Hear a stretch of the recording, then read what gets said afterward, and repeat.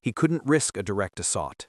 He used Chaos, his darknet broker, to identify a disaffected junior administrator at Triton Security named Milo. John didn't break into the system. He broke Milo's reality. John exposed Milo's deep, secret gambling debts to his wife, then sent Milo a burner phone with a single message. "I know about the $40,000. Meet me tomorrow, 2 a.m., Route 17 Overlook. I have a clean exit." Milo, whispering, panicked. "Who are you? How do you know about—" John, calm, low. "I know Sarah Alistair is alive. I know she's at Lotus Estate. I know you run the guard rotation schedule. And I know Mark Vance will bury you deeper than the $40,000 in debts you owe. You tell me the security shift protocols. You tell me the physical layout of Sarah's holding area, and I give you two things: a clean, new life in South America and the satisfaction of watching the man who enslaved her burn." Milo confirmed the grim reality.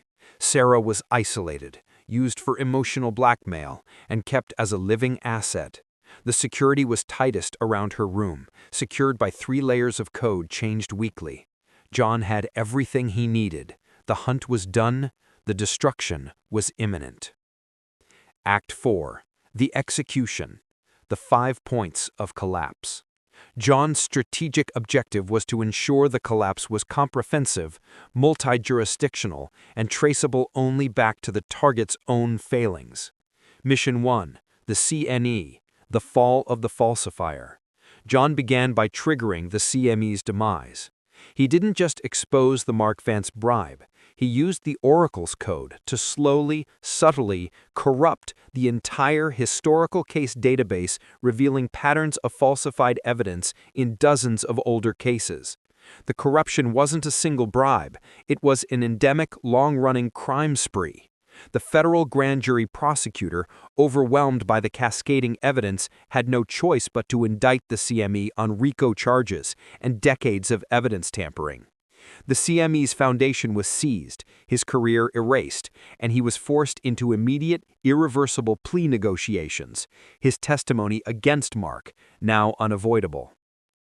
Mission 2. Councilman Kress. The Humiliation. The destruction of Councilman Kress was swift and public. John used his media contacts to release a meticulously edited, deeply humiliating package. Not just Kress's debts and affairs, but raw audio of Kress accepting a cash bribe